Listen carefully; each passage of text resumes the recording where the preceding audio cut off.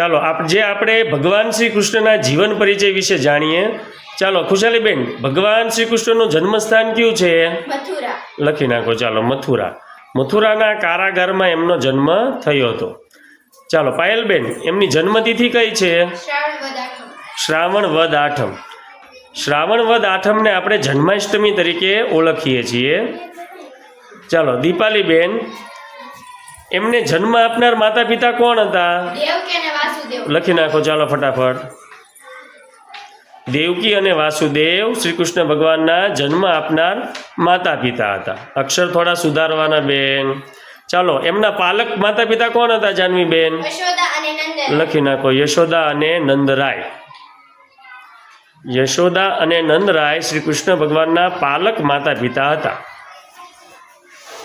યશોદા આવશે બેન, યશોદા અને નંદરાય। સરસ। ચાલો પાયલબેન, એમના મોટા ભાઈનું નામ શું હતું? બલરામ। બલરામ। જો બલરામ છે એને શેષનાગનો અવતાર પણ માનવામાં આવે છે, એ હળધર હતા।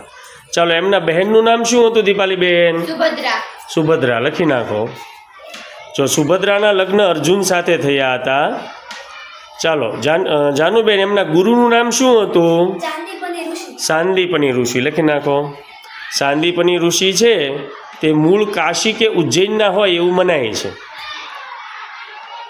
ચાલો પાયલબેન, શ્રી કૃષ્ણ ભગવાનના મુખ્ય પટરાણી કોણ હતા? માતા રૂકમિણી।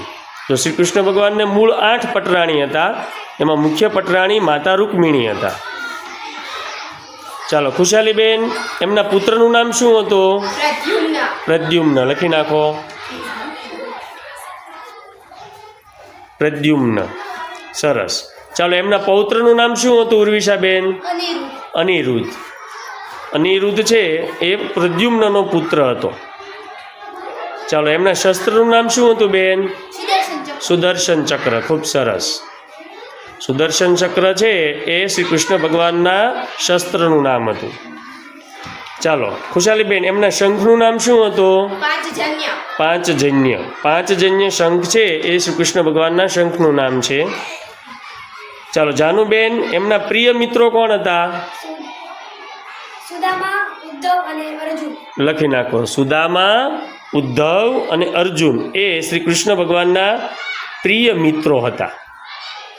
આ હતી ભગવાન શ્રી કૃષ્ણના જીવન પરિચય વિશેની માહિતી। ખૂબ સરસ બાળકો।